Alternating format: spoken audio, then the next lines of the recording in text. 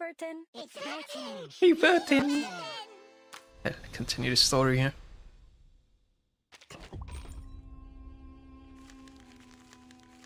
Before that, do this first.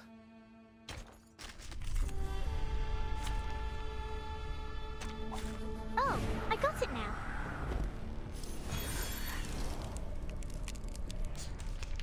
Perfect just enough.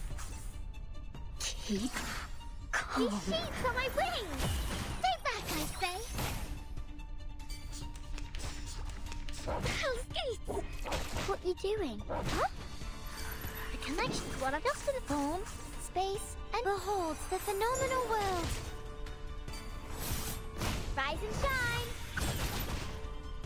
Laundry time. I've confirmed that this adheres to the precepts.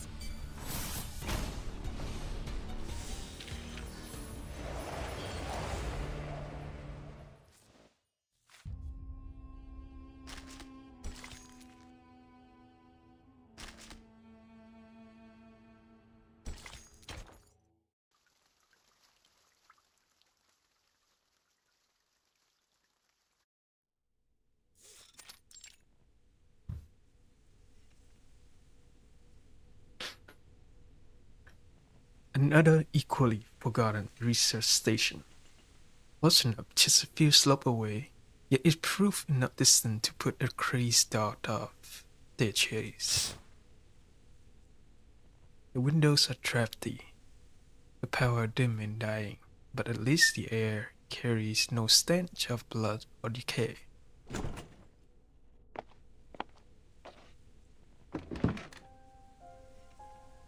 Every room has been checked. There are no hidden enemies. Thank you, Sonetto. Let's take a rest before we set off again. Timekeeper. According to the official map, the previous station we entered is called Shackleton Station. It's supposed to be the site of the largest scientific research operation in a 70-mile radius.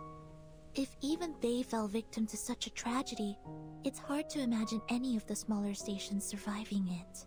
There must be a purpose behind these attacks. Judging from the state of the corpses, the researchers were sacrificed for some kind of ritual. If we assume that Manus Vindicate did this... There is no doubt. This was done by those snow monsters.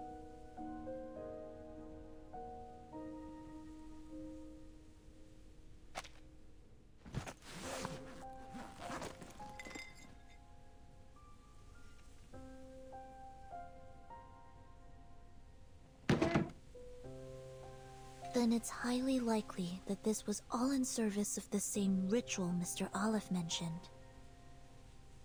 It's so cruel. What kind of ritual would require such a thing? We have too little information to piece together the truth. But judging by this massacre, they need human sacrifices. Or perhaps they're eliminating any aliens. In this case, humans, in the vicinity before they perform the ritual. In any case, this shows how much this ritual means to them. Dr. Doris. If Dr. Doris was in fact here, then we're on the right track. According to Miss Amundsen's map, we're not far at all from the central region. We must catch up with Dr. Doris before she enters Manus Vindicate territory. From the looks of the angle of the sun, we still have some time to catch up to her before it gets dark. Angle of the sun, huh?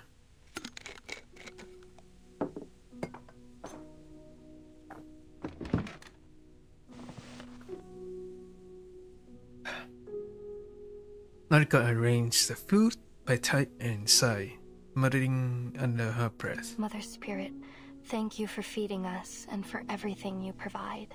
And of course, thank you to Miss Vertin and Miss Sonetto for providing the food. Their voices fall quiet for a time, replaced by a soft murmur of chewing and slurp of canned food. I'm glad to see you looking more calm. Sorry, I wasn't always like this. She's stammers. She stammers out apologies that gather into an explanation.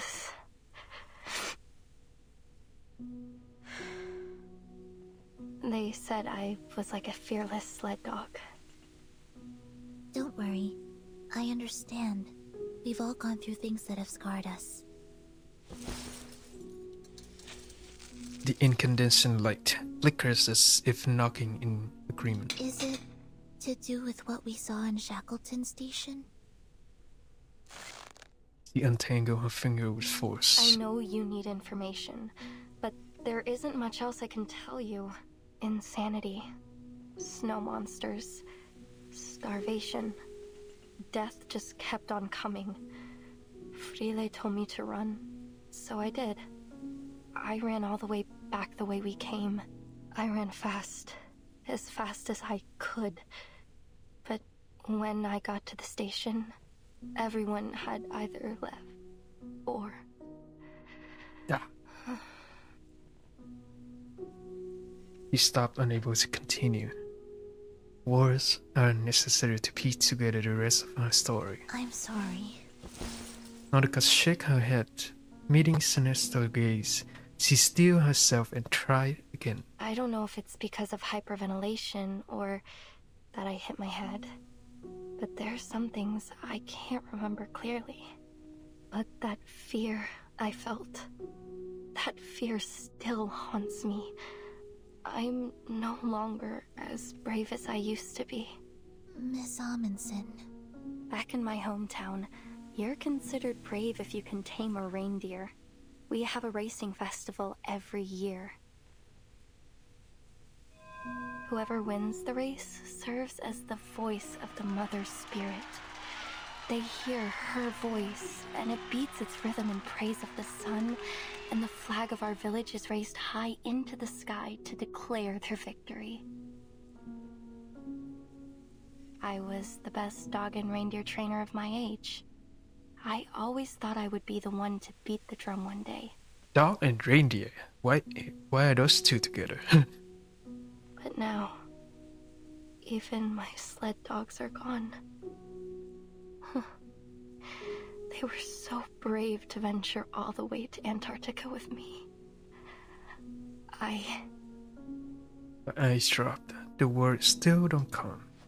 Her fingers twist back together, untwist and twist again. I'm not that girl anymore. You're not her. She's not her anymore.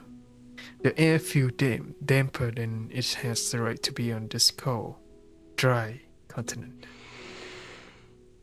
Senator turns and pulls out a thick stack of documents, meticulously organized as always. Miss Amundsen, I thought you'd like to see this. An expedition diary? Oh, did you take all these from Shackleton Station? Yes. Due to the urgency of the situation, we were only able to grab a few documents. We thought you'd have liked to look through them had we not encountered those rabid dogs. So we took what we could before we left. A survey of the Antarctic cryptobiosphere, an index dictionary of arcane ruins, a polar guide to the arcane cultivation of vegetables. Incredible. Oh, fantastic. With this, we may finally master how to grow potatoes in polar regions. You can grow potatoes here? Okay. Under the dim light, Nautica's face flushes red with emotion. A long time had passed before she realized that she's been lost in her reading. She gathered each precious page, then looked up at her teammate, her new teammate, the conflict burning in her eyes. Thank you. Thank you so much.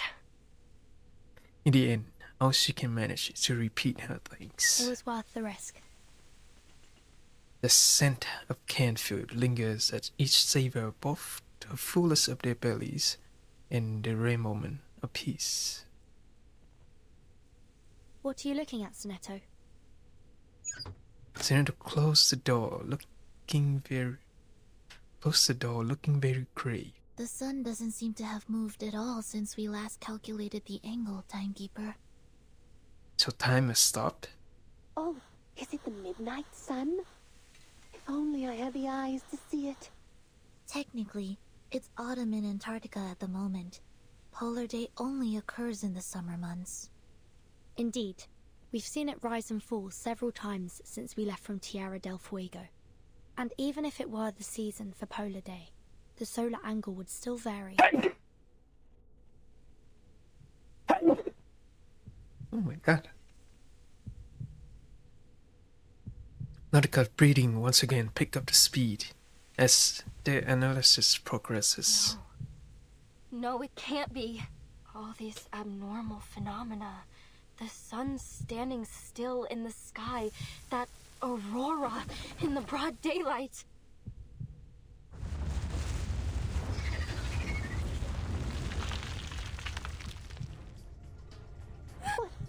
What's that sound? Are we in an avalanche? No, it sounds like the screaming of critters. Timekeeper, take a look at this. They burst out of the station door. Weird critters flap their wings in the cold wind, hissing desperately at the intruders. It's the snow monsters! They're flying beasts! Miss Amundsen, stay back.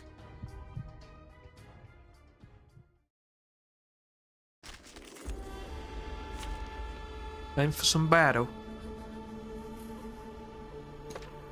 Change to Nautica I'll be here. here to catch you if you fall.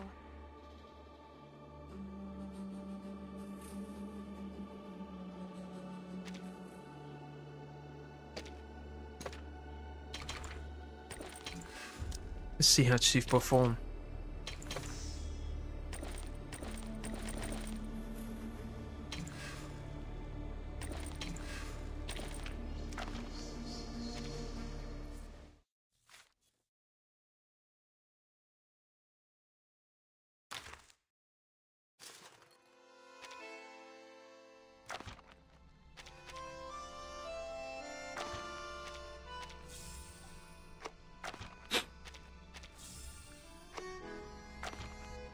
Open up this. Let me check the shop if I have any other stuff that I can buy.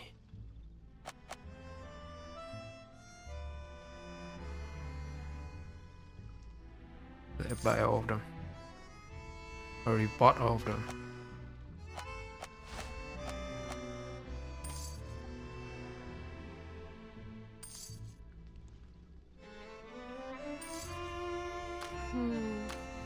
Il y a toujours tellement de questions au début.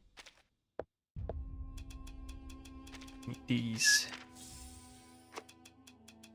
Man, the light bulb is very rare in this game. Il y a toujours tellement de questions au début.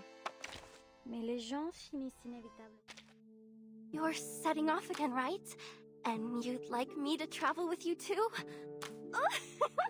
Of course I'll come along. Shit.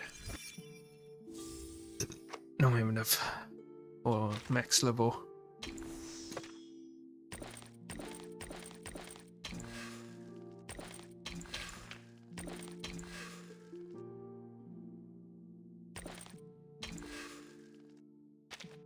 Madam Lucy invited us to host a late-night show for Laplace Radio. We're calling it Fun Facts About...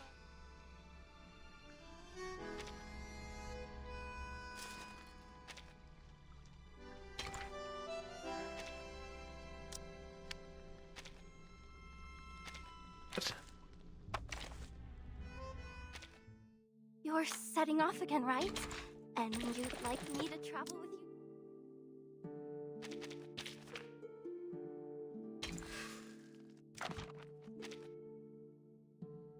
No. How do I farm?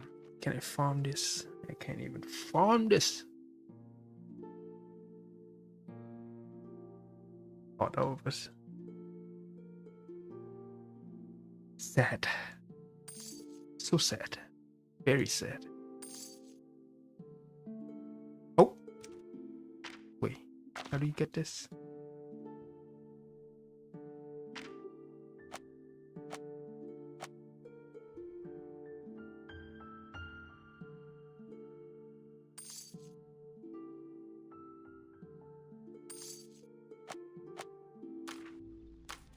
Okay. Il y a toujours tellement de questions. Level 5 weapon. It should be fine, alright? Oh, I got it now. Oh, she not even in the team. She not the backup. Snow monsters! They said they're flying beasts! These are Manus reformed Alishiaos. We've encountered them before. Then we're heading in the right direction. Perfect. Just another shift. Please, allow me. Do have a little faith in me, Master. These sheets are my wings! Hell's giving concrete ouch! What a perfect call. The connection between numbers. Rise and shine! Behold the phenomenal world!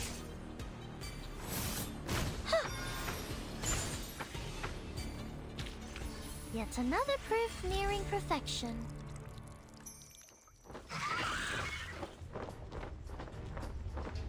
With his piercing shriek, the Olitao. How did she say it again? Olitao plummet from the sky, as if perfectly aligned in a land square and heavy on the poor snowmobile. She dashed out desperate to save the vehicle, teetering on the edge of destruction, only to help back by her companion.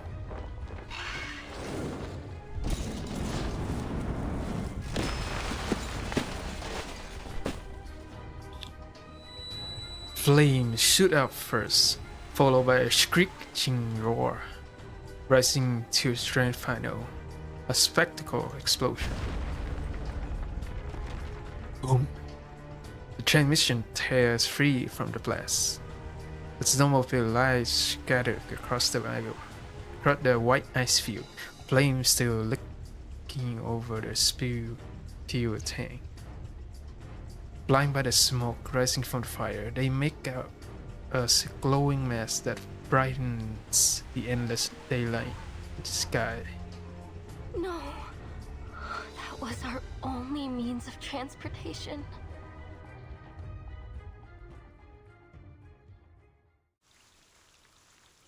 Oh no, now they have to walk.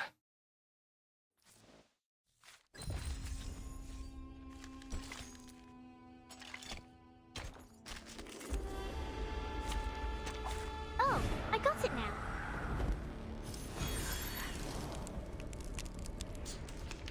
Perfect. Just another. Please, allow me. Rise and shine.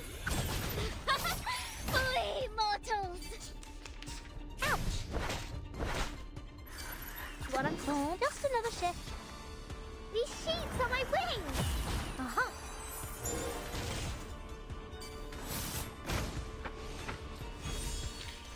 Finally, it's just you and me, Ma.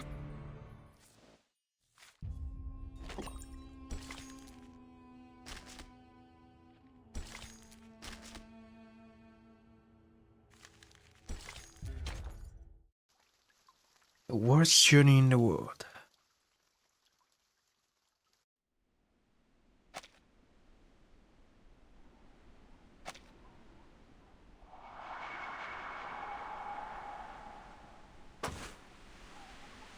They threw upward through the deep snow. Great. Mother Spirit, I'm almost there. Just a little farther. Unsteady in the pressed snowpack makes it nearly impossible to keep a steady footing. Each step comes with a wobble as she rebalanced herself. Traveling on foot was never a good choice for an expedition. Evil snow monsters. First sled dogs, then mad critters. She complained. Her ice axe slammed deep into the packed snow. Now endless daylight, endless glaring sun. Is all this because of that ritual? What the heck are those snow monsters trying to do? Miss Amundsen, how long until we reach the ruins? I don't know. I don't know.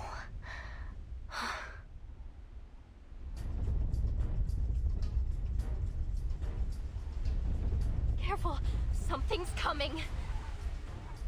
A low thunderous rumble vibrated through the ground beneath their An boots. earthquake? No, not an earthquake. Lower your body. Whatever you do, don't lose your footing. The black substance surging beneath the ice shattered the frozen layer, erupting out of over the distant ridge. The creeping darkness spreads downhill, fracture the earth as it advances toward cluster of research station. The Polar Wind carry fate helmet help from the same sled dog that had chased them yesterday. Sled dogs. Oh, they're smart. They avoided the cracks very intelligently. Nautica murmurs under her breath, unable to hide her concern. Nautica, you're a capable reindeer and dog trainer, right? Oh, no. I really don't think that's a good idea. They tried to kill us yesterday. A protest died on her lips, until finally she swallowed up her remaining objection. Well, maybe I can give it a try. They might still have some sense. On hand and knees, she scrambled up the slope. But it's been a while since I last gave any orders. What if they don't listen to me? And you all die. Come on, Nautica. Time to hit the drum. Her eyes widened, then she nodded. You're right.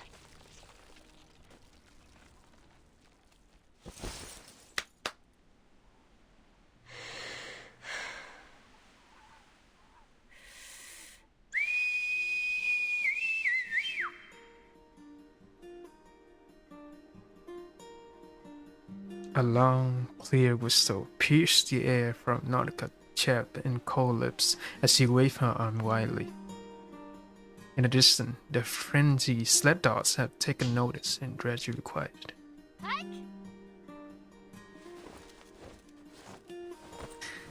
She swept her arm backwards in a grand gesture. Chaotic snow scrubbing sound carried from afar. The long, unruly dog team now stuttering to command. You can do this, Nautica. Try again.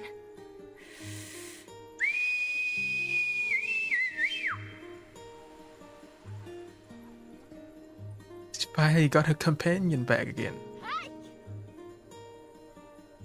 A pulse hangs thick in the air.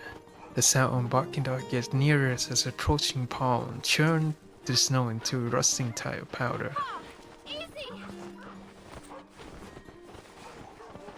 Nautica pressed her palm downwards. Ready, everyone? Her leg is shaking, but her eyes glitter with exhilaration. Timekeeper, are we really going to do this?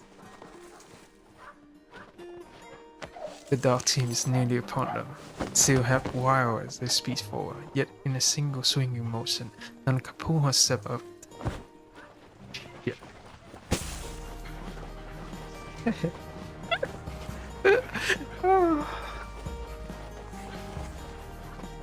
His radio rustled nearly trembled on her speed, on her perch.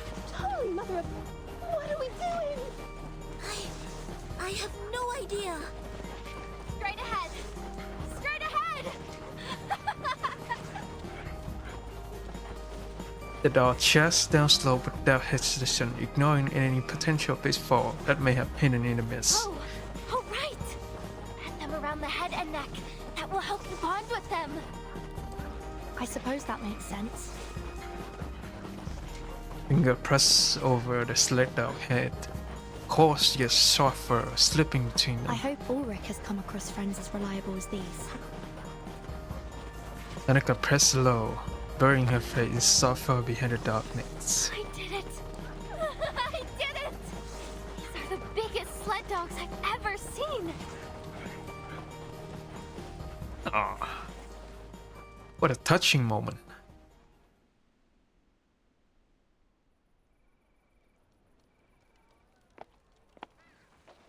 Lieutenant, we have spotted a suspicious unit. Mordir grabs the intercom and pulls close, listening for messages cutting through the whiteout. Schooner has come ashore due east. It appears to be alone. Team 1 and 2, come with me.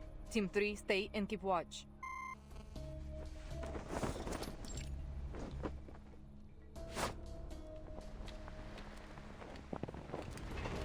With mutual trust, the disciplined soldier move in perfect silent synchronization, slipping behind a natural barrier near the ice south. With an anchor splash, the schooner drifts up against the icy shore. Target presents as an arm, but we can't rule anything out yet. Team 1, follow me. Team 2, stand by at bunker A2. Keep your eyes on the coast. We don't want to be caught unaware if they send reinforcements. Her hands held over her firearm, Mortia leads the infirmary SWAT forward in measured strides. Blinded by the whiteout, the schooner's passenger marched themselves obviously into the waiting embers. Seasickness, whiteout, and judging by the trembling compass pointer, something's messing with the magnetic field here. Boss, you're probably the least suitable person in the world to be doing this mission. Shoot, I can already hear my silicon dioxide crackling. Find a windproof bunker. I need to reapply the hydrophobic and cold-resistant coatings. Now!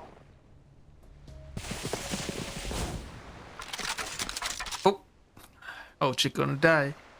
Mother snapped her in unison, all aim at the awakened in his guard. Sergeant Frickman, take 2 soldiers with you and search the schooner for any other threats. At her signal, the 3 armed soldiers advanced to the swollen stone. You are under arrest. An ID badge hanging conspicuously on the strap of the figure before them. Laplace researcher. The feral fluid inside his head morphed through multiple shapes at blinding speed. That uniform. Are you from Xeno? There must have been a mix-up. We have the official approval of the St. Pavlov Foundation. After a prolonged silence, the guard interrupted his testimony. Boss, I've seen their faces hanging in the Hall of Merit. So unless they're ghosts, we've just stumbled upon the rebels. See. Audrey closed her eyes briefly as if avoiding a particular word. What is your purpose here? Audrey raised his hand to the white mist, his left hand remaining in his pocket.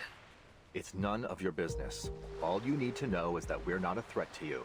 We came here alone. No backup. A voice comes from the intercom. Lieutenant, the schooner is clear. Only an unarmed sailor on board. The outpost confirmed that they haven't spotted any other ships. Lower your gun, Lieutenant. We're not a threat. We're just here to play a tune. A poor excuse, researcher. Please head back to where you came from. Now is not the best time to play sing-song in Antarctica. I'm not leaving. The awakened raised his left hand, a grenade gripped within it. The pin's already loose, the pressure of his finger on the lever, all that stand between the striker and the fuse. Fall back! Mortia Barker swat back to and advanced along, her firearm held high and steady. Calm down, sir. You're a researcher. Perhaps you should stick to the pursuit of knowledge and leave the explosives handling to me. She locked onto the tiny silver lettering stamper on the grenade. RGD5 7285 128 Tetaka 006. Tataka? Okay. Is that how Russian? Say K? I know the owner of this grenade. After the first storm, all Xeno equipment was codified under a particular numbering system and distributed among the platoons. But the number on this grenade belongs to someone special. Someone in an independent team. Someone who has a unique code on all her equipment, including her famous SU-001 Veya flying device. Eslav. So, you've been in contact with Team Timekeeper. You know Timekeeper? And what if I have? On the swelling pace of his feral fluid, it's clear that he is taking the question badly. So the weapon that was supposed to protect me is the very thing that gave me away. How ironic. With a wave, Mordia signaled her hands what to hold position while she holstered her gun, then crashed the grenade with one hand. Are you out of your minds? This is a real grenade, you know. Powerful as 200 grams of TNT. Что было, то и будет.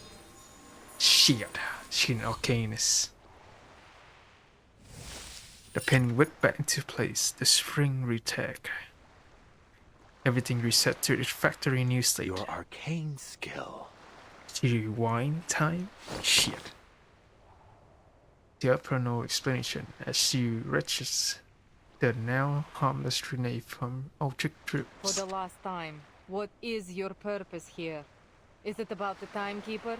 About Verden?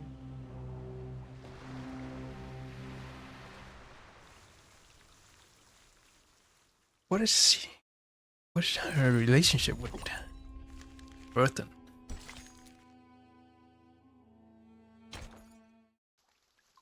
The Fool and the High Priestess.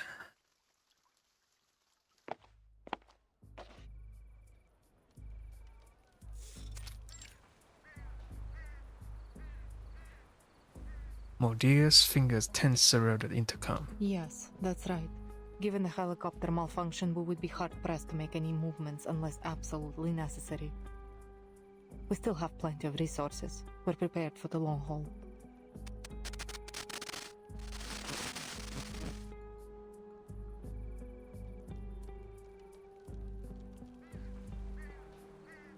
She hesitated at a difficult question, weighing her answer before speaking. No Foundation armed forces have yet appeared. I suspect the King George V coast is not their first landing choice. Victoria Land. Isn't that near? And quietly it cut sore. Yes, understood. We are on high alert. No suspect will be spared. Mordia puts away the communicator. Communicator.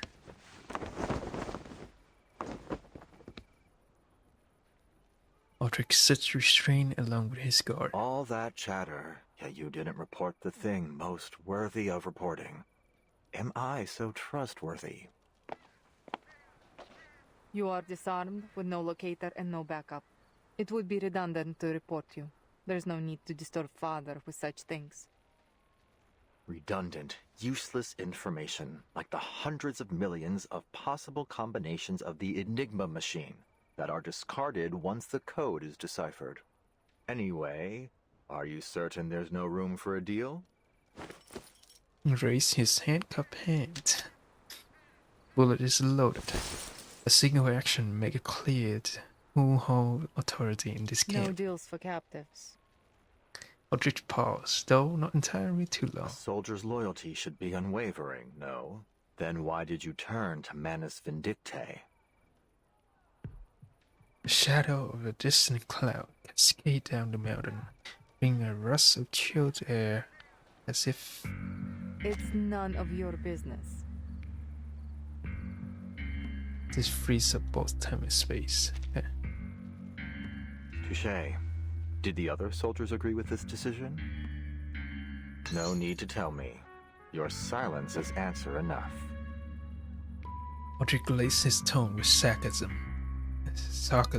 Those who were loyal to you stayed, and those who weren't were exiled. While I'm sure you have a trustworthy team, you must have suffered a significant loss to your manpower.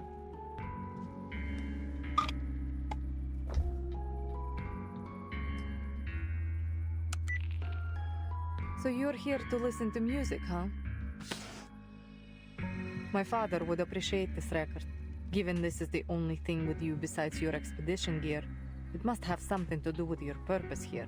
I assume the LSCC has made another development, but I wonder how many sacrifices have been made to get to this point. And what will these sacrifices get you this time? The expected results or an unexpected failure? I am on the edge of my seat. She tapped the communicator again, masking simmering anger with a distant but focused calm. He refused to take the bait. All he does is flicker. Then I assume you're able to accurately predict the consequences of all your actions? So, where do you predict this decision will take you? A finger freezes mid-dial. To wearing their mask and losing your sanity? To screaming and gouging your eyes out? Or are you planning to play the loyal Manus dog, helping them bring about one storm after another until every one of your rivals has been washed away? I don't think pissing off the rebels was on the mission brief. Boss! Your actions are poised to undo all your past efforts by your own hand. I'll admit, I'm no tactician, but as a researcher, I can see the logic in this choice. Were my experimental method to be proven wrong, I wouldn't simply give the entire project up. I'd adjust the variables and change my method. As a new Laplace member said, there are no wrong projects, only rules that have not yet been made reproducible. Every researcher will inevitably experience many failures. We just brush ourselves off and get back on our feet. Or are you hiding behind your military orders to absolve yourself from making decisions? Is that why you're hiding here on this coast right now? He really got her, huh? Guess that ship has sailed. We return toward the course. He draws a deep breath, letting her heart stabilize in a single direction. The King George V course, a place where defense would be favored. Intelligence has confirmed that the Foundation's fleet is coming from the Ross Sea. Presumably, that's the area of operations. They should have rushed reinforcement to the Victoria immediately. There is only one transport helicopter, but the journey is traversable for a well-trained team. But Odevener gave that order. He just left his children waiting in the ice shelf edge, far from the battlefield, still on standby.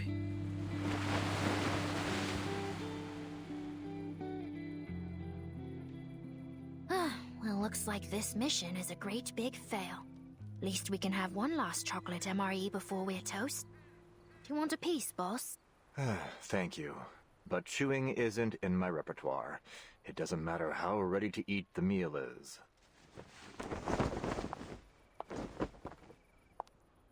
Mr. Ulrich.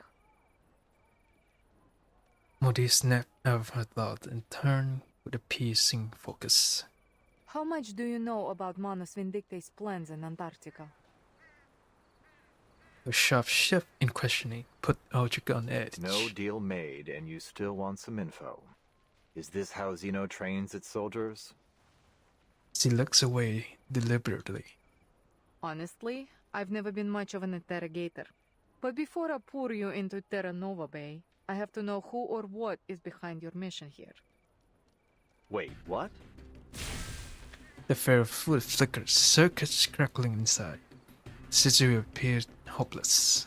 Sergeant Whitegloves, Sergeant Frichman.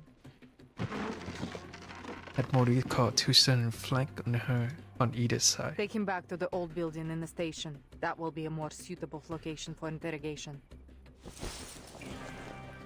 She signaled with two fingers, and the sergeant seized Aldrich by the arm, dragging him away. Wait. You don't know what you're doing. You're making a huge mistake. There's no response nor reaction.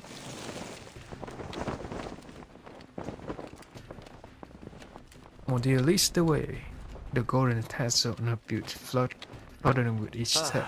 Improvised speeches never really were my thing. Negotiations have failed. Guard! Throwing a slice through the string, the guard freed him immediately by a pistol concealed by of the guard at King's Watch skill. your step. Gunfire cut through the swirling snow. She's a tricky one.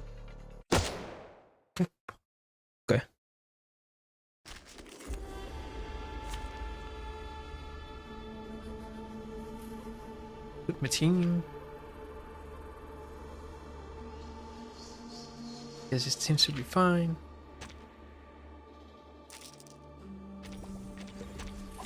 I have all the essentials for writing poetry. You, me, and our opponent.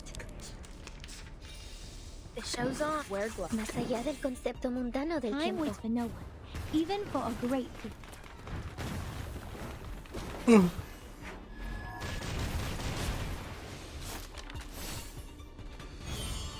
En la acumulación de laberintos, suéltalo todo una vez más.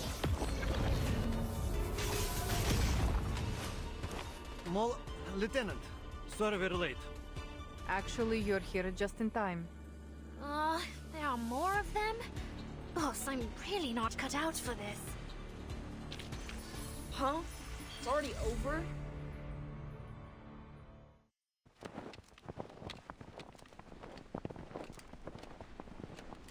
The captives shrugged onward, leaving uneven footprint on the snow.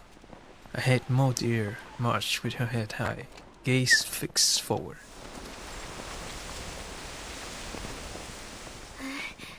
Boss, the situation's critical. Do I have your permission to use? The whispers dripped up in the wind. So close to death, yet you're still in the mood for chit-chat. The guard flicks the intercom on her chest. This emergency intercom has a direct line to our commander-in-chief. If I press this button, our mission will fail. But it'll also send our coordinates to him. And we both know what'll happen after that. Maudie shows no trace of concern. She doesn't even turn back. What are you waiting for then? Press it. We're ready.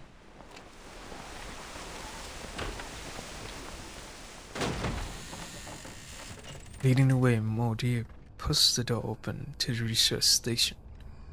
Faint moans echo behind the door. Sergeant Whitegloves, Sergeant Friedman, please wait outside. I would like to have a private conversation with our guests. Exit cleaners.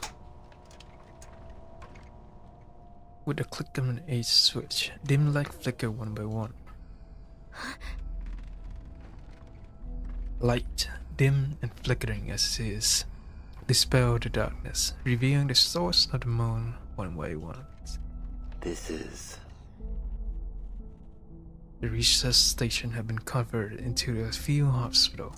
Frail patient lies sprawled out on each cot. The aftermath of Manus Vindicta's actions. Maudie's face half shrouded under the dim light. They have slaughtered researchers from stations across Antarctica. Most died immediately, while others were taken to their base. They didn't tell us why. These are the people we found who were still breathing. Are they all humans? And his indignation is clear enough. For the most part, there are some of our kind too. She approaches us, a cot. When we first arrived in Antarctica, we were hit by a blizzard near Manus Vindicta's base. We lost some of our men in it. By the time we found them, they had all suffered serious mental breakdowns. Father promised us a shelter. But now, everyone in Andrea's team has donned the mask and become a mad follower of the Manus. I know how it feels to lose your comrades. Some untold story lingers, but the guard chooses silence. After inspecting each patient, Maudie helped a stewardess, her silhouette gilded in the lamp amber glow. Alright, I'm putting all my cards on the table. The current situation isn't good for either of us.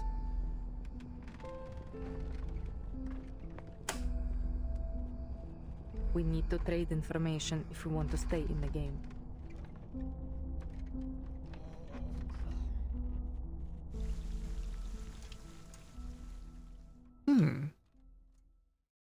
Cool. Turn away. Cover your nose. Better not look at this scene unless you're mentally prepared. What a mess. Surely the work of amateurs. Metaphors aren't really my thing. But if you insist, there's cream cake splattered on the wall and bread ripped and shredded all over the place. Then there's strawberry and chili jam. Lots and lots of it. Damn. Is that a rotten grape I just stepped on? Anyone with a sense of justice wouldn't let this happen. I'm just a soldier, a brainless follower of orders. I have no grounds to make judgments on morality. But loyalty, that I do know about. Anyone could pledge their allegiance to an undefeated commander. It's a no-brainer for most soldiers. But give that commander a few heavy losses, a couple of misjudgments, and that loyalty becomes a whole lot harder to give. So if you really want to prove how loyal you are, you should follow a stupid commander. The stupider the better. Just be sure you know what you're getting yourself into. That lieutenant, though, she's a sure way off from being a loyal subordinate. She must have been sick to the stomach when all this went down. Just a kid.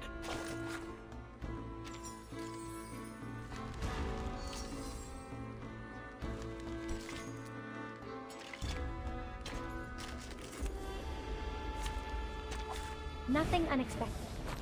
For now.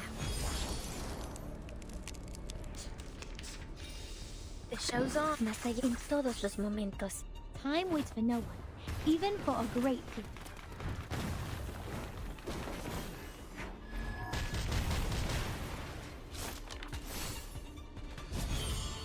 En la acumulación de laberintos, suéltalo todo una vez más.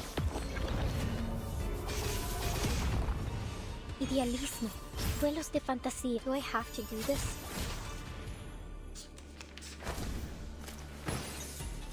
El camino a tu word can be. En la acumulación de laberintos, suéltalo todo una vez más.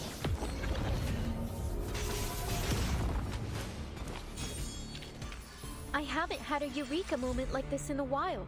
The poem I just wrote is amazing.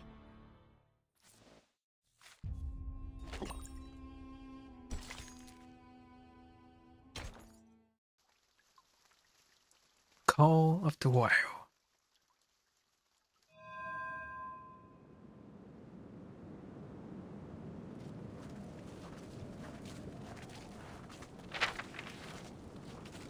The sunset of a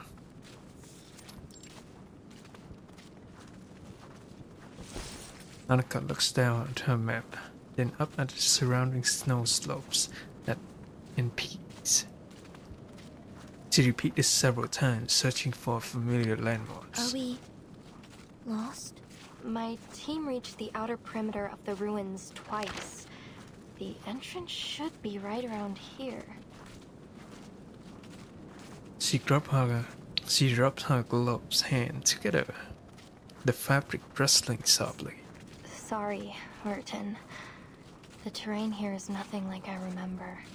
Just so you know, I've lost all radio reception from the Foundation. Just added to the situation. No signal, no landmarks, no working compass, and the terrain doesn't match what's on the map. What should we do now, Timekeeper?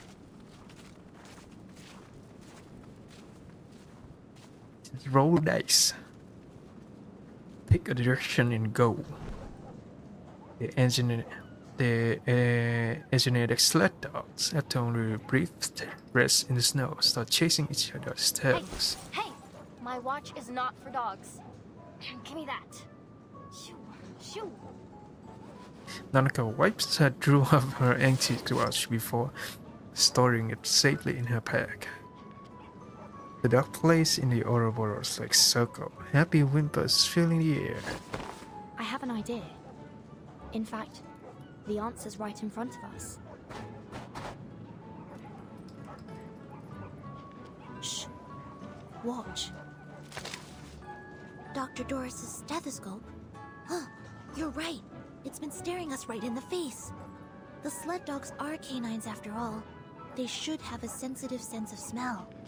Yes, if we give them a moment to smell the stethoscope, they may be able to track down the scent left on it. Let's hope it works.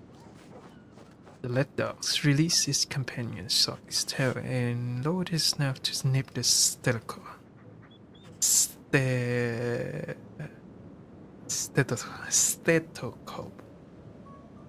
Stethoscope. Oh, this word is so hard to pronounce. Stethoscope. Stethoscope. Stethoscope. Stethoscope. They smelled something. Hop on their backs.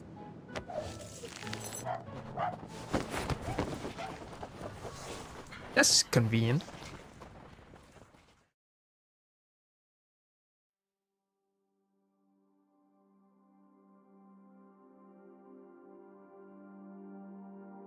The daylight that shines on this hinterland stretched into eternity.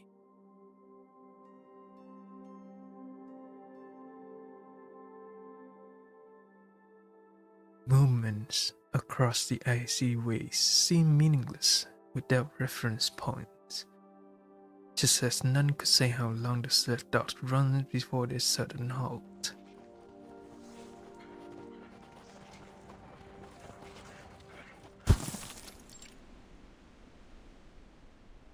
We made it. This is where my team went before.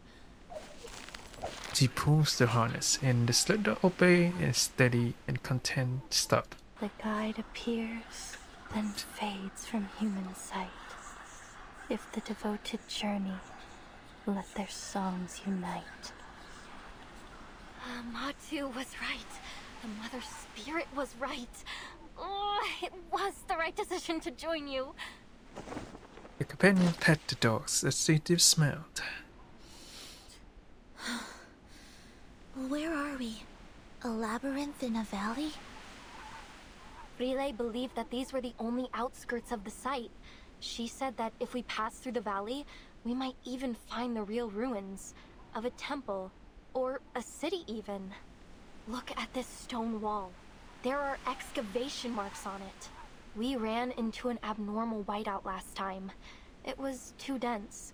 We couldn't make out any details. They sprint to the nearest rock face, crouch, strip off clothes, then press on one palm against the frozen stone. I've never seen this kind of rock before. Is it some kind of fossil? It's Toliitic basalt. It forms at mid-ocean ridges, down at the Toliitic. bottom of the sea. Look at the geometric pores and the golden mineral veins. If Frile were here, she'd call it a miracle. A once in a 425 million year occurrence. Frile. She would have been so excited to see this, even if it is only the size of my palm. That's why she joined the expedition. Yet bow, she warned the drop was slipping into her pocket, as if cradling some cherished life form. Oh! After a faint tremor, the arcane fluctuation dissolved into flying snow pellet.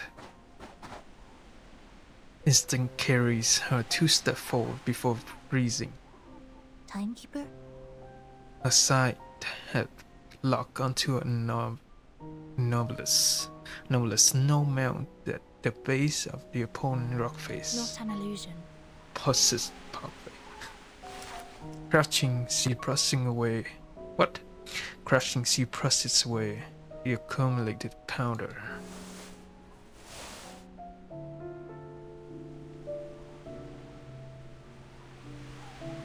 A portable vintage typewriter. Is this what Dr. Dolores carry around? I read about this typewriter in the file. Miss Whiterum and Nala also mentioned it. In this era, it types. In this era, it types tears medical records for drowning girl, recorded Sao Paulo. Righteousness bore witness to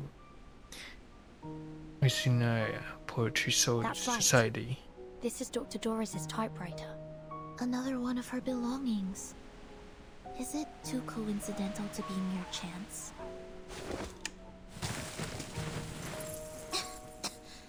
What's this all over it? Scale powder? Blood. It's dry. Penguin, CEO of fallen at the research station. The bloodstain could belong to anyone, including Dr. Doris. Whether these were left intentionally or not, this proves that we're heading in the right direction. So much blood. She may be injured. We need to find her as soon as possible. Everyone crowds around, including Miss Radio, who had been lying on one of the docks. Barren mountains flank them both on both sides. A stone labyrinth of basalt, standing sentinel at the pass, is enshrouded in mist. The lead dog approaches, then raises his head, alerted to some unseen threat. Oh, wait! Holy, where are you taking me? Nautica pressed two fingers to the lip and issued a sharp whistle command. The pawn churned to the soft snow, drowning out the whistle command meant for their loyal friends. The excited sled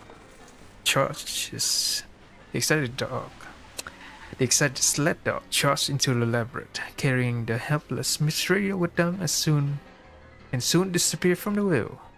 They're gone. What do we do now? Think positively. Perhaps they'll just get there before us. Let's go after them. The movement triggers something hidden, causing the snowfield around to shake. Wait! There are critters hiding out nearby. There they are. Timekeeper, watch out!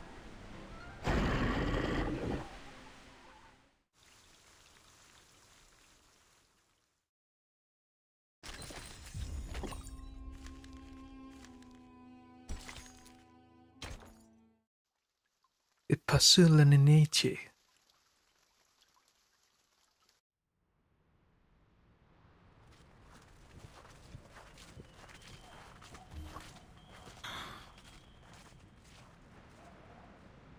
Oh my god.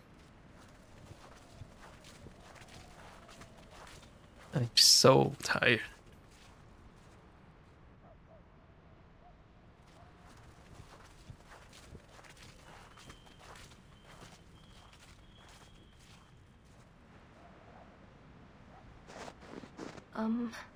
Guys?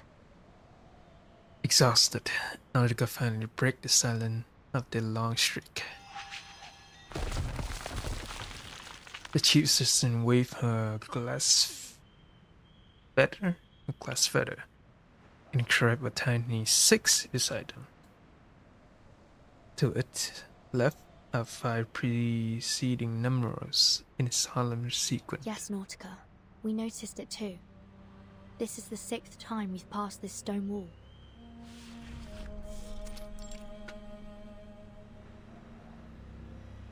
It might even be more than the 6th time. We walked for 15 minutes before we realized we were going in circles. I'm afraid we have to face the fact that we're trapped in this labyrinth, Timekeeper. Just like in the legends. The Black Forest, the Demon of the Crossroads, the Twilight Loop. Well, wait, Miss Amundsen, we need to think dialectically. Let's not jump straight to evil spirits. It could be the result of some kind of arcane skill. I had the same thought, but I don't sense any arcane fluctuations around here. That said, Miss Radio and the sled dogs couldn't just vanish into thin air. There must be a hidden exit, or something else at play here. Nautica stomped back and forth, soft snow resting under her feet. Let me give it a try. I may not be an Arcanist, but we human explorers have our ways. She's a human? They began rummaging through a mountain of gears, searching for a vital tool. The mechanical gears turn dutifully, just as they had half a century ago on this same frozen ground. My grandfather taught me how to tell the directions using a watch in the position of the sun. I have his watch right here. I took it with me. Let me see. What was it again? Point the hour hand towards the sun, and bisect the angle between the hour hand and 12 o'clock to find the south. Wait, we're in the southern hemisphere, so it actually points north. Thankfully, we aren't in the polar night yet. We still have the sun in the sky. Are you sure the sun is reliable? Her excitement soon falls into silence. Nika shakes her head and crawls up, giving the appearance of a star or armadillo.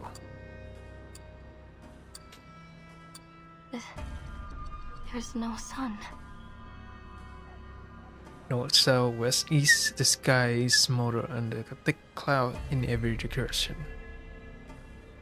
Snow and mist scatter enough light to see. The now resting lies hidden away. Manus Vindictae's ritual is affecting the day and night cycle. Don't worry, Miss Amundsen. There must be another way. Timekeeper, I suggest we try to exit this area first. But how? Agreed. We can't afford to risk any more time in here.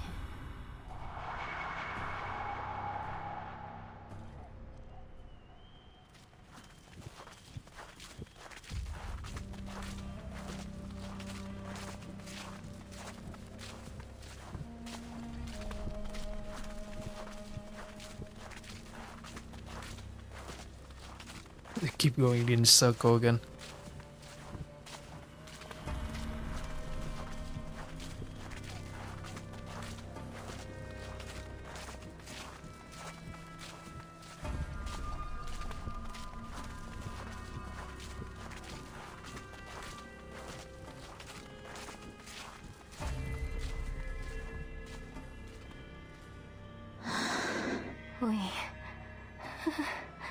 We're back at the beginning again. I've been keeping an eye on the sled dog's footprints.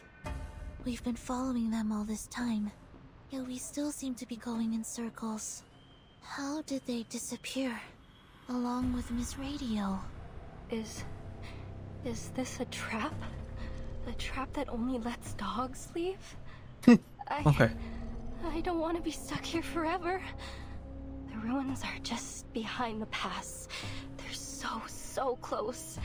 Is it really impossible to get there? But Matu told me that it's different this time. This is the closest I've ever been. Her voice shakes as she looks into the distance, brimming with expectation. Across this land, the Mother's light is sown. And through all things, her spirit clearly shone. This is what I came for. What the hell is happening? Oh, sled dog here. Faint barking drift out from the ladybird's ends, distorted by distance. It's ought to be less than a mile away, but seem now to extend into an unimaginably vast space, distorted by the deliberate power. The sled dogs followed Dr. Doris' scent from the typewriter. That's right. And the direction of their barking is consistent. So, unless the labyrinth has been designed to carry sound in a particular direction, they must have made it through to the other side, where the ruins are. Which means Dr. Doris must have made it through the labyrinth, too. Exactly. Although we can't be sure whether she was guided here. Let's assume that she was alone. Then, despite the fact that she's blind, somehow she didn't get trapped by these stone walls. She followed the This Dr. sound. Doris you're looking for. She's blind? Unaga gasps in surprise, lifting her head from the snow. Yes. She always covers her eyes with a patch or bandage. A look intense of intense focus settled on Snarka's face. Through Giant Mother's bones, the path is laid. In bloody pain, eternal life is made. The blind seer walks, and we her path do take. For all will shift in the Evernight's wake. Are those proverbs from the legend of the Mother Spirit? Yes, they are. Could this folktale from your hometown actually derive from reality? Even in my hometown, many people think this proverb is an expression of the people's want for spring after the long polar night. But I've always thought that there is something else behind it. You see, the blind Dr. Doris wasn't trapped, and the dogs who followed their noses also made it through the labyrinth. We looked around this labyrinth. We looked for landmarks and for clues. We even looked for the sun to guide us. We looked. That's the difference between us and them. We've only been using our eyes. Great. Now just close your eyes and walk. Easy. Are you saying that... Maybe, if we close our eyes, the true direction will be revealed. Wow. Insane. Wait. Close your eyes, Vertin. Oh. Just memory. Only when your eyes are closed will your mind open up.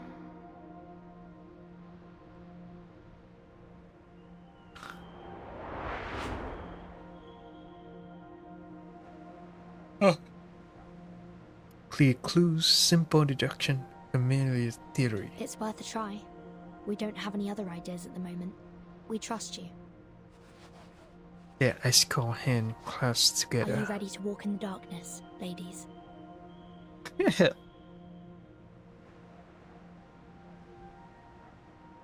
She closes her eyes.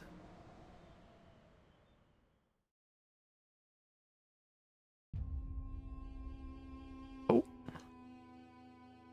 You have to feel a way forward. Choose a direction and explore the maze step by step.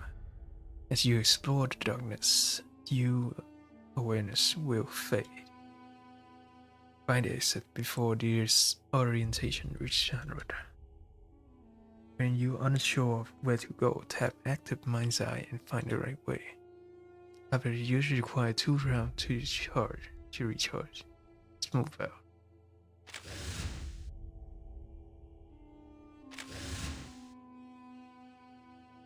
You have left hand maze rule.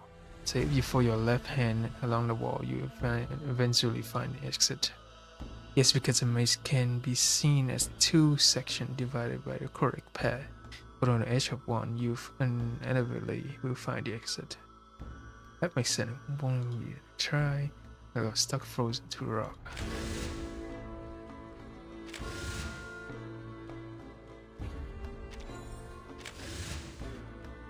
What did I use that?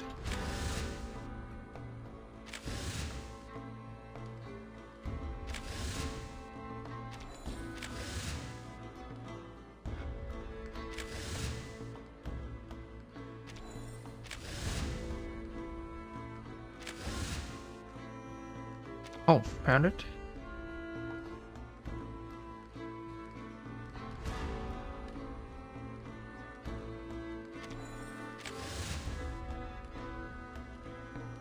That's it by what I know.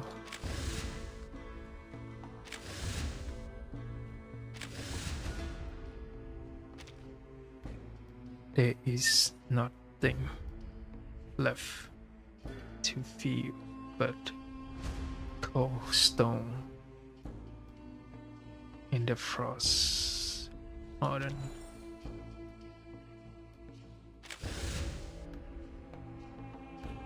We'll be climbing the rock face. We find it should be so risky. I seem quite experienced with hopping over the walls. Though I'm not sure, snow-covered rock I used to vault at school fences.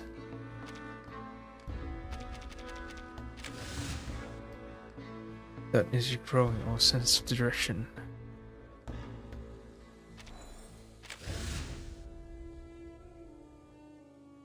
I need to reset.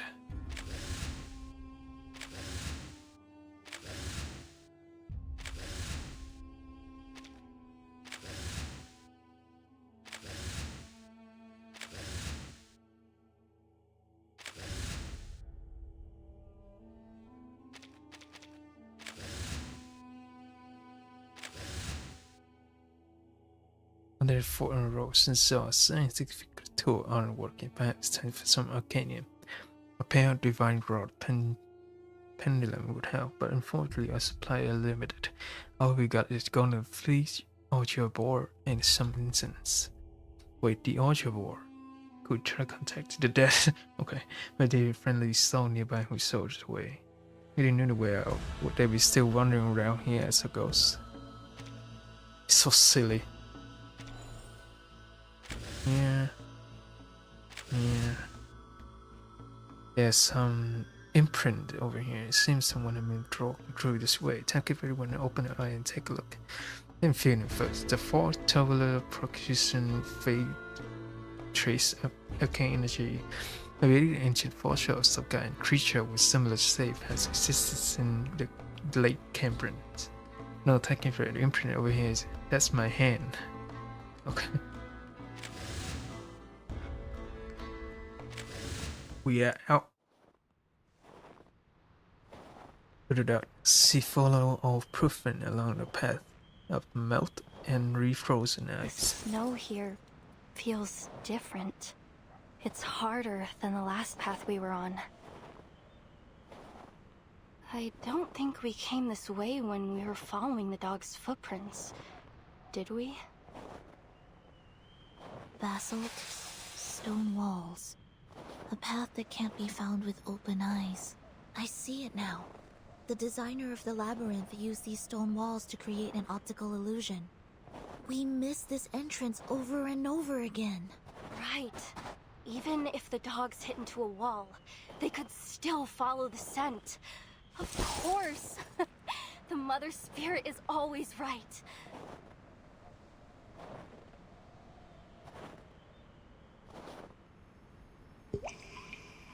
Oh, there she is. I think I see her. Well, what do you see, Vertin? No. No. It's gone.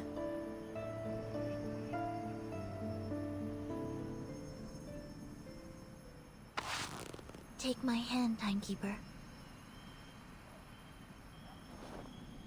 Darkness floods her vision, but the edge of the gloom still reveals the scattering of faint light. To this flickering, directionless world, a golden melody pieced the silence. Miss Erd, what is the answer that you're searching for? Footsteps? Timekeeper? Miss Sinetto? Miss Amundsen? Is that you? There's Miss Radio. Oh, thank goodness you're here. You have no idea how many times these reckless dogs almost flung me off their backs. Miss Radio. Oh, Miss Radio. Great. We did it. We made it out of the labyrinth.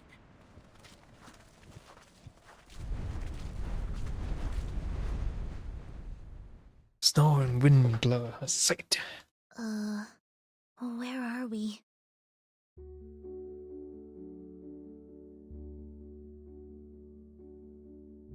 The wilderness lies silent.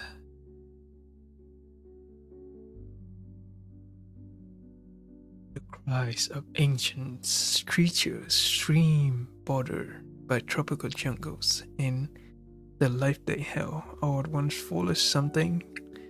Life's meaning immersed in a confluence of cosmic dust and time. When it comes to silence and sound, the texture and shape just follow the flow without compromising. Across the firmament, the rhythm had been struck.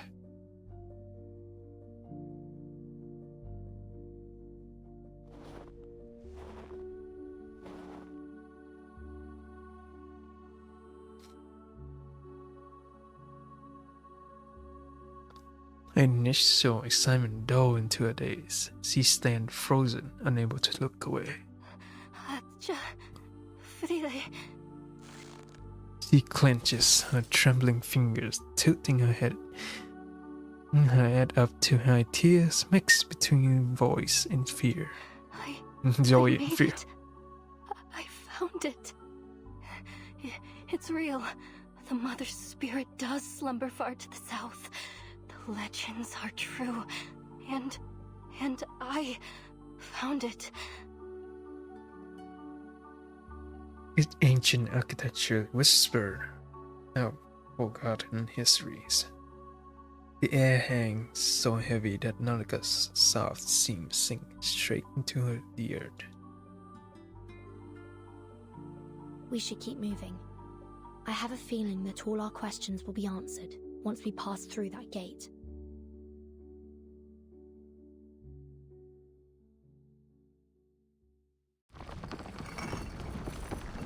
The unsettling sun cold lights bound between the wall until the heavy doors swallowed the glass glimmers. A colossal frozen in the sky that gazed down upon all visitors.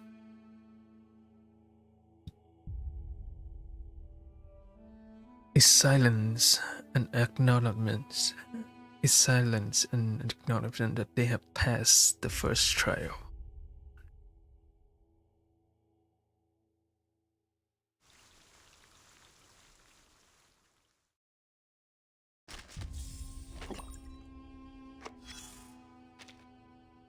Congratulations, you cleared the stage.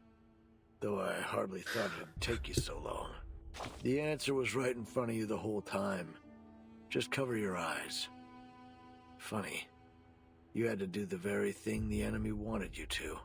That was your third lesson. Hands serve to control. As for the first and the second, well, you've already seen the digestive and excretory systems. Save us both the time and look over your logs if you're curious. Back to the topic.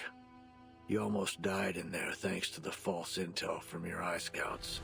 Luckily, Brain Command reacted quickly enough to prevent the worst from happening. You better set a second in command to avoid this kind of thing happening again. The ever-beating strategic center. The hub that every drop of blood must pass through. The violent, the most reliable organ, besides the brain. Because it has to be. If only it didn't have a mind of its own. That'll surely lead to destruction, whether it beats fast or slow. It wasn't my intention, but when you reflect on Michelangelo's painting on that grant, the key to creating life could be either the Hall of Wisdom or the land of... So, you should...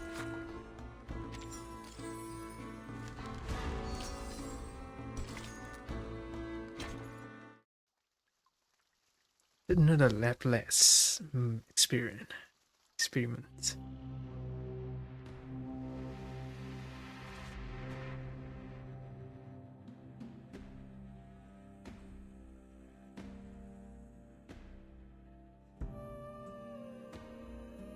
There was a savior, rarer than radium, commonest than water, crueler than truth. Children kept from the sun, assembled as his tongue, to hear the golden note turn into a group. Prisoners with just locked their eyes in the jail and studies of his keyless smile. Dylan Thomas. This is back where the Number Island got hit with the military. The Ageless War resists change its own way. Frozen soil, stagnant time, and roaring winds. Yet battleships, armor, prow surge forward. Blast waves shattering every obstacle. Madness screams sing beneath the sea, staining the thick ash with crimson. No, it's a Foundation battleship versus Menace. Raiders out. No sonar contact. Targets eliminated. We got them. Good work, everyone. But let's not start celebrating yet. The ice is getting thicker. We're entering an ice zone. Notify all bridge personnel to reduce speed. Engineer, what's the damage report? The Magnus hit our portside propeller. We're down to about 20% thrust on the steering, sir.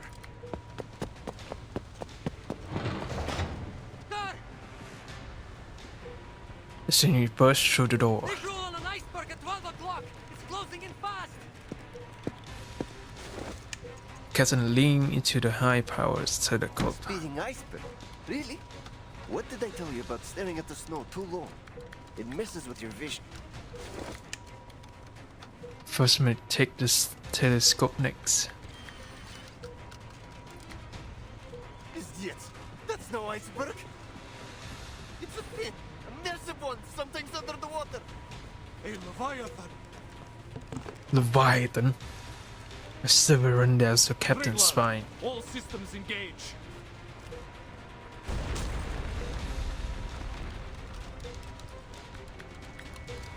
Weapon targeting system were alive, but the bottom of the battle is to take first brutal hit. All units, report your status. Water in main battery magazine. All watertight compartments are under pressure. Captain! Understood. Flame erupts across the nearby sea, as the frigate's fuel tank ignite in the blast. For all these years, we have fought side by side with Triglav and the 3 frigates. Not once have these old girls let us down. The menace must be desperate to stop our landing. Sending a Leviathan after us of all things. The captain stared at the colossal creature as it looms closer and closer, its piercing shriek tears through the air as the prelude to another charge. Let them try. The Foundation will not be stopped at the Ross Sea. The captain pressed the communicator on his chest. Triglav to operations. Initiating detonation of the onboard array.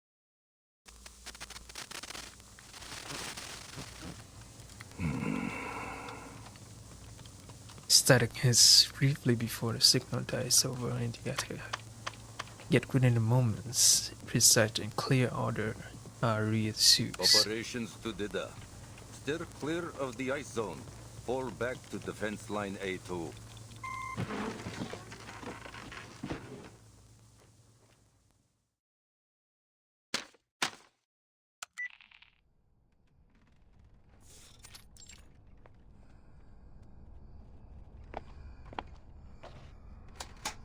You made your way here, through the Ross Sea. The front lines must have given you a grim taste of the war. The Manus won't let the Foundation set foot on Antarctica, not without the fight. The ritual is too important. They will stop at nothing to see it happen. So here's my offer. Reciprocity. As a gesture of good faith, allow me to share some intel on their movements with you first. There's a ruin of an ancient city deep in the heart of Antarctica. That is where the ritual will be held. A ruin? Here?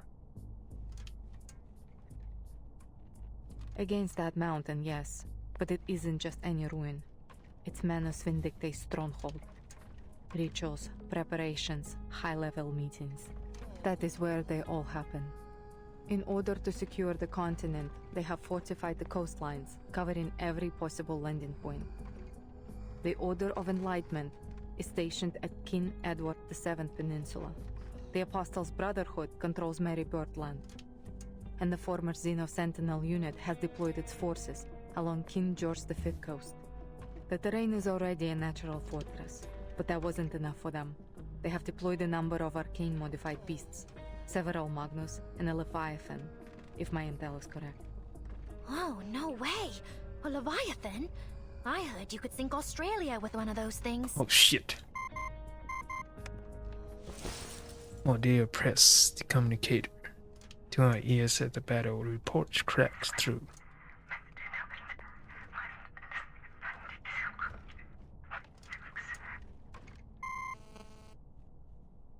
Not anymore. The Triglav just blew it up and sank with it in the explosion. She was one of the Foundation's best battleships. A heavy price to pay to only reach a stalemate. If I were you, I wouldn't count on support from the Foundation forces. They are already spread thin, just holding the front line. You need a plan to complete your mission without their help. And if you are as smart as you hope you are, you will see that this map is your best shot at reaching the city without getting caught in their territory. It all sounds too convenient, boss. We've got no clue what she's really up to. Objects remain bound. Only a crackle of circus breaking his silence. Fair enough. But know that the Admiral has ordered the coastline be sealed. I can't let you pass, at least not without a deal. Whatever your purpose is, you won't make it further without some assistance. Fine. Seriously? He lifted his fistful head. The flute remained in a steady flow. I'm meeting with the Timekeeper at the site of the ritual. Ah, brilliant. Now it's the guard who lowered her head. Is surrendering to defeat. What's the Timekeeper doing there? Or retrace his tie hand. I'm not saying another word until you remove these cuffs. You think you're in a position to bargain? Bargain? You were the one suggesting reciprocity. Hardly seems reciprocal to keep us locked up, don't you think?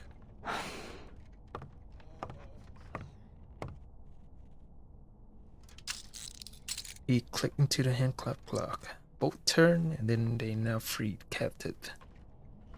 Flexes his wrists. We really are here because of a song. The record is the key to everything.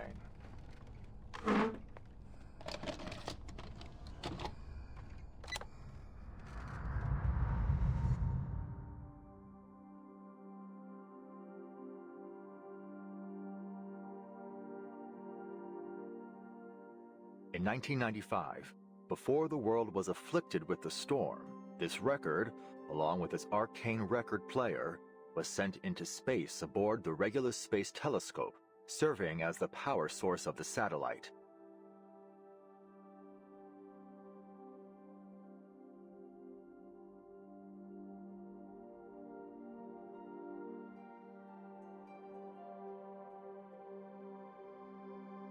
For 12 years, it took pictures and transmitted them back to Earth. Then, in 2007, the satellite crashed near Aldeburgh, destroying everything but this record in the process. 2007. That would have been 1966, right after the Sixth Storm. Precisely. A rock music enthusiast from that era found the record and later brought it to Laplace. She is now a member of the Timekeeper squad. The last image transmitted from the satellite was timestamped April 16, 2007. Even after the storm sent everything back, the satellite's timeline kept moving forward. Are you saying that the satellite crossed the storm? How? We believe it's because of this record. It's the only material that has been proven to be immune to the storm. In our previous experiments, it reduced the severity of the storm syndrome afflicting one of our researchers and slowed its progression on me. Wait, what? But those results were from small-scale isolated tests. We've never tried it in a real storm. Since replicas of the record haven't demonstrated the same immunity as the original, we've developed an upgraded amplifier system for it. Now, when played on our upgraded player, this record can create an immunity zone with a 2.5-mile radius. Eat it. But the immunity isn't permanent. We found that the element Regulus in the record is consumed every minute it plays. At best, we're looking at 12 minutes of protection with this original copy. If Manus Vindictae succeeds in triggering another storm with their ritual, this record may be our last line of defense. That's why I brought it here. And that's why I need to get it to the Timekeeper.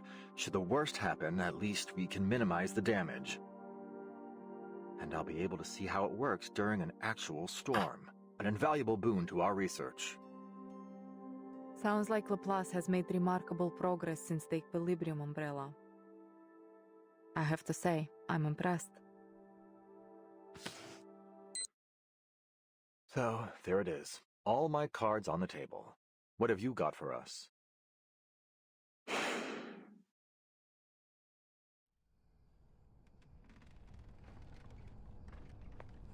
The actual location of the ritual is in a sanctuary hidden in the heart of that mountain behind the city ruins. First a city, now a sanctuary. Boss, she's got to be messing with us. I am telling the truth. There is a tunnel in the city that leads into the mountain. Only the chosen are allowed through. And you can bet that the tunnel will be heavily guarded. Or turn aside, progressing the information absorbed from Aldrich. 2.5 miles of immunity, you said? That's right. I'll need to know the size of the city and the length of the tunnel to figure out the best placement for the record. I have an idea. The mountain's interior is hollow. The sanctuary sits right in the heart of it. It used to be an active volcano, but it hasn't erupted for centuries. The elevation of the volcano is 11,616 feet. That's just under 2.2 miles. Or it changed a glance with the guard beside him. Boss, it's not exactly easy to tell what you're thinking, you know. Surely you're not taking her seriously, are you?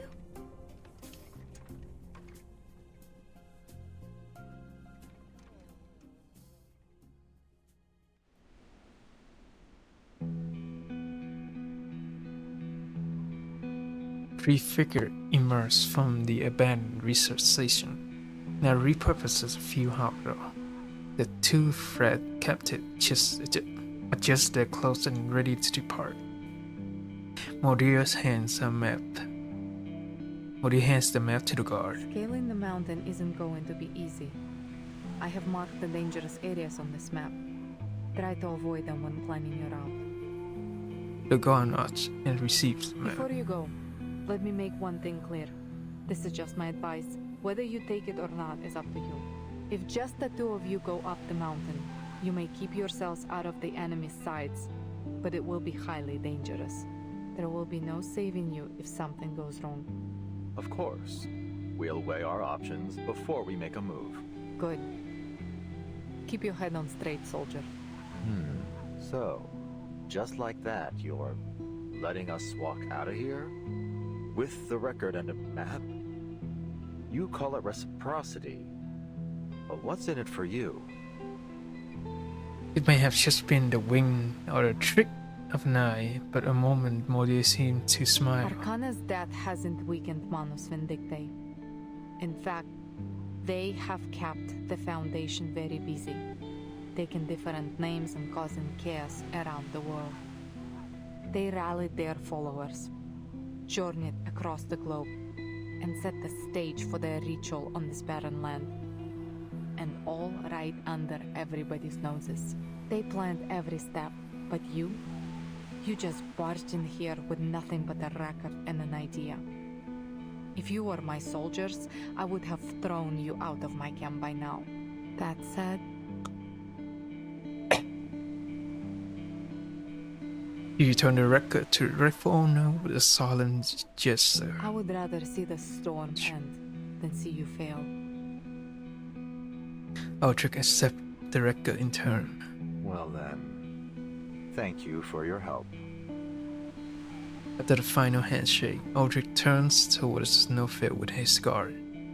A few steps later, he looks back. Why don't you come with us?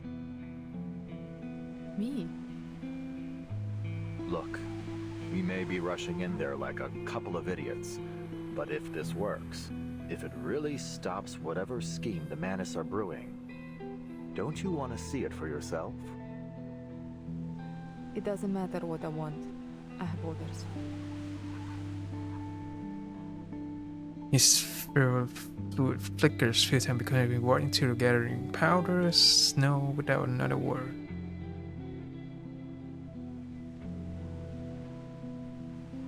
Mordius snapped a salute to Aldrich.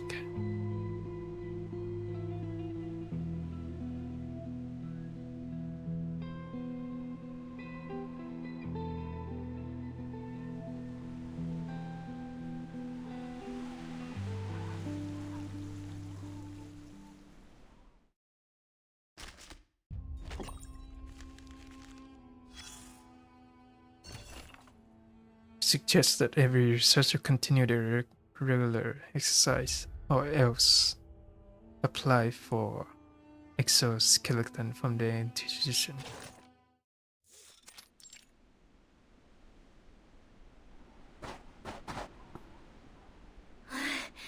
Oh, I knew this wouldn't exactly be a Sunday stroll.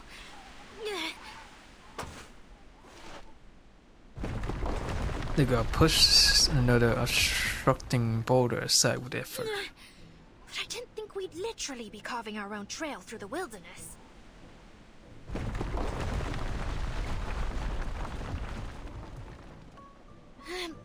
Boss, at this rate, the world would be an absolute bedlam by the time we reach the top. Hold on. Let me check the map the lieutenant gave me. Lieutenant Mordir. As grateful as I am that she set us free, which I absolutely am, I have to say, this isn't exactly the type of freedom I imagined. There's a rustling sound. Who's there? The guy fumbled for his gun, only smashed an elbow against a very boulder and he just moved. Ouch! Several critter-like creatures burst forth with the snow, from the snow. Oh, they're penguins.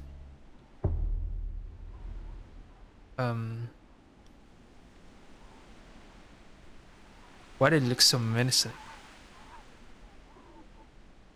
Penguins? Here? The penguin charged towards the climbers, their beaks already pecking as they. Grenade back. No interference, right, boss? I mean, you're not going to make me fight a penguin, are you? Look at their little faces. They are evil. All members of the Sentinel Unit Antarctic Advance Party, attention! The penguin wobbled into a perfect aligned draw, like well-trained circus performer, or perhaps even soldier. Alrighty, let's see what we got here. Rookie guard, check. Awakened researcher with a fish tank for a head, check. Mr. Ulrich, Okay. allow me to It's a apologize swore. for the shock my jets have given you. They're jumpier than a spring cricket at the moment. A lot of them just lost some dear friends of theirs after getting back from Florida. Brutal, really. It's from Florida. A little rodent standing before Ultra snapshot salute. Penguins? In Florida? And a squirrel in Antarctica? Not just any squirrel. You're looking at a sergeant, Missy. Sergeant Buddy Fairchild, reporting for duty. Fairchild, born for doing. We've been waiting here on account of the lieutenant's order. I've been tasked with being your official Antarctic guide. And it's a good thing, too, because you sure ain't gonna find no one else to guide you around these parts. Around these parts. The lieutenant? You mean Mordir? Sure is shooting. Her You were message came in showing. earlier today. Told me you're fixing to scale that there mountain. Gave me the job of getting you there.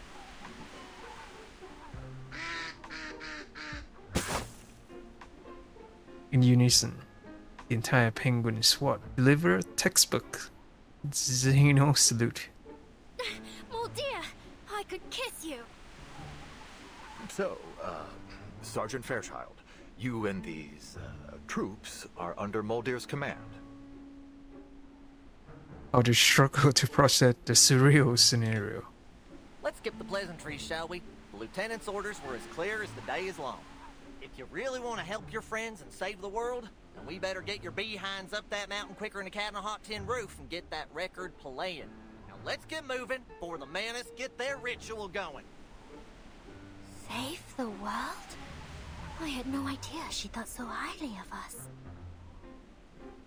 But if Fairchild claps his hands behind his back, tapping around with his feet. Now let's see here. Let's see here. Here. Here. How do you get that accent?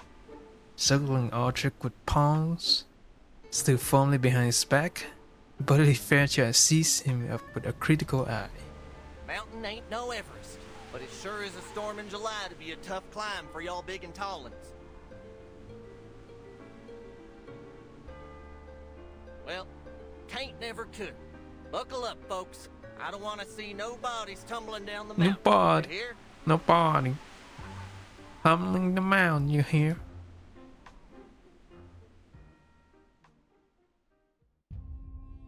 The path is deep in trenches. Tread carefully. Press and hold anywhere on the screen. I'm gonna jump. As you hold the white circle appear and gradually expand. Release when the circle enters the green zone to jump up to the next platform.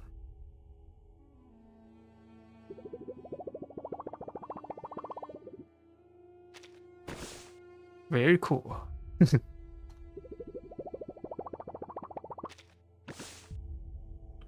Listen up, Tom.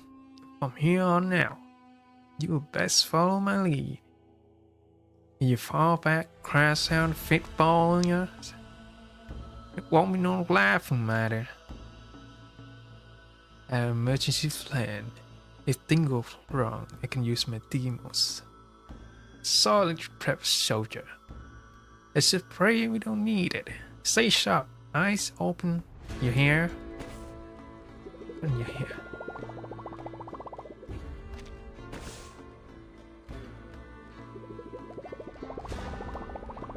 Crazy gameplay. Excellent. I have 3 penguin guards. Be sure to ask their name to include them in the acknowledgement section.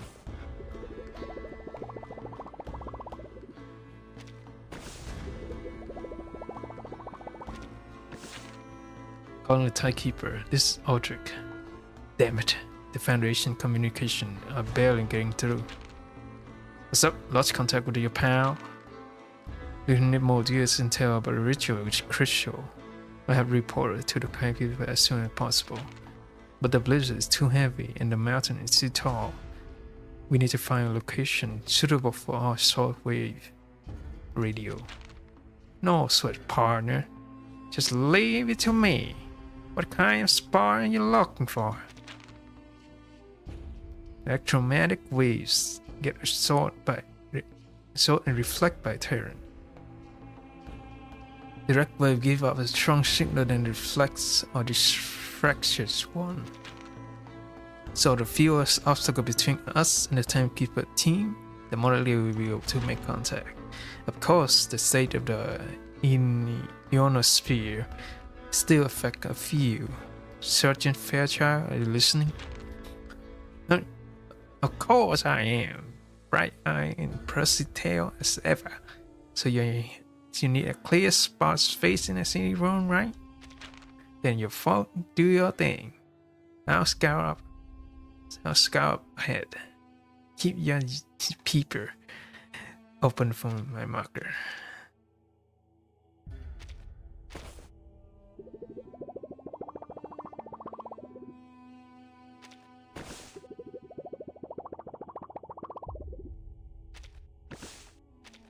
That's how his story is liable. At a big jump.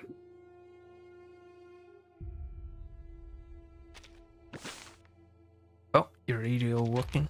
No response, but there's no issue with the signal. The Timekeeper may be busy. Don't y'all worry. It's all clear ahead. You can holler for your pal anytime you like.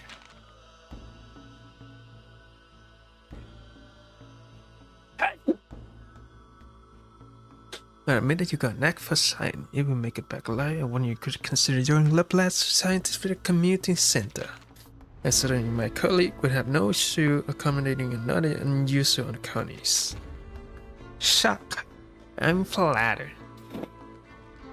I've been keen for a visit, but I'm afraid I've already sworn my loyalty to Lieutenant Mordier. I'll scout on it now. Save the lecture for later. Keep moving to let your brains freeze through.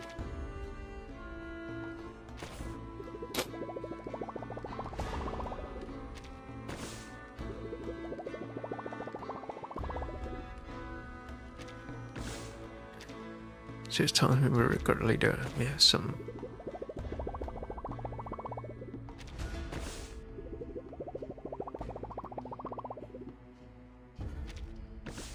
I got to him that my carry fluid doesn't freeze below negative 80 Celsius. That's good to know.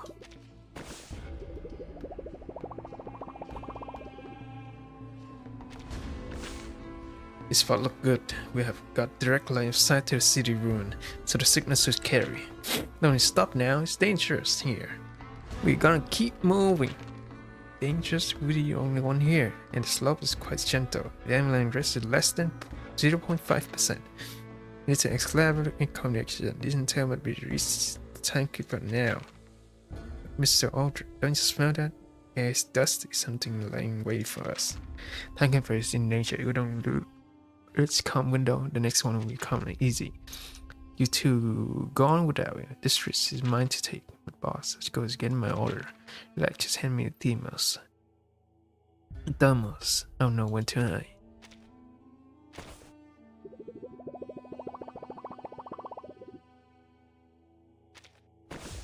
How long do I have to do this? Holy shit.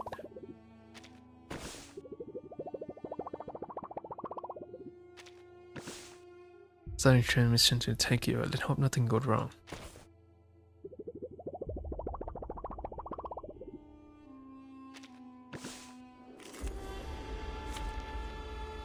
Oh, gets you a trial of trick. Battles can be just as informative as codes.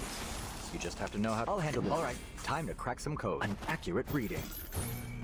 Decode complete.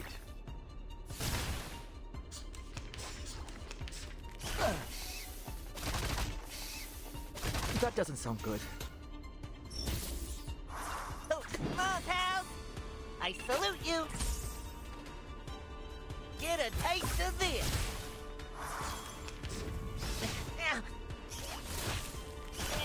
I'll get ya! Oh, come on, pals! Boom!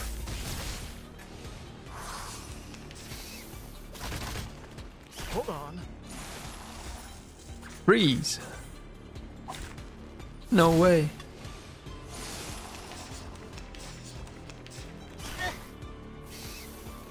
That doesn't sound good. I'll handle the tech support. Antarctic advance party! 3, 2, 1, charge! Oh my god. Another perfect combination of reason and passion.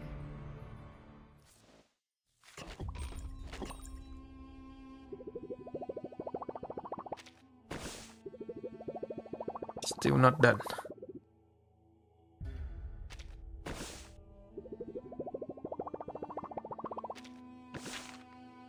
Look, get you worried about your power, but this fancy radio of yours just ain't working. The equipment in my concern. See, I have backup unit. Always take a little paperwork at the headquarters. But just wait a damn minute. What if you fall next time? If I see you got a picture form and foundation form, we take it slow and slow. Just follow your guide. We'll make it work.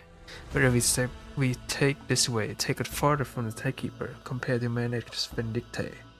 We're moving at a snail pace. Never thought of which penguin could fly. But then you mentioned back and forth, this take a flying lesson from Tripodero. Of course, the further they got was another side of the creek. Now go and tell someone more of those short way and bouncy signal. Your guy will find just as fast for you. Double time now. Don't want to see no more hastiness suffice.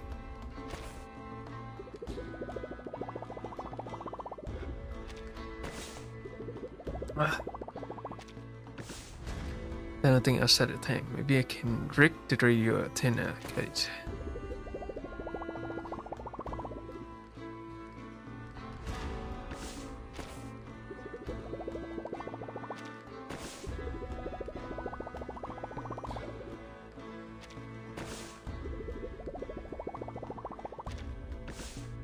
You climb faster than you're sworn. Let's chase. Maybe tall ain't so bad. Not such pretty. This bonnet is unproven suitable to mountain terrain. I'll be sure to add it in my field report. Am I getting one of those fancy climbing suits myself? While your boss is figuring with the equipment, how about you take a little break, huh? Got plenty of frozen fish. Oh, I hear a timekeeper. Hello, Mr. Arthur Disverton, go ahead. Oh, we got a Fairchild. New home and a whole new world to discover. A What brand. took the Foundation so dang long to introduce me to you? Don't tell me they really believe that hooey in the papers. What did it say again? Miami animal jailbreak perpetrated Animal. by a squirrel? Miami animal.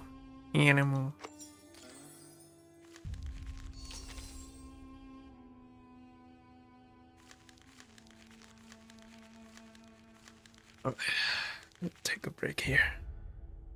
Oh my god.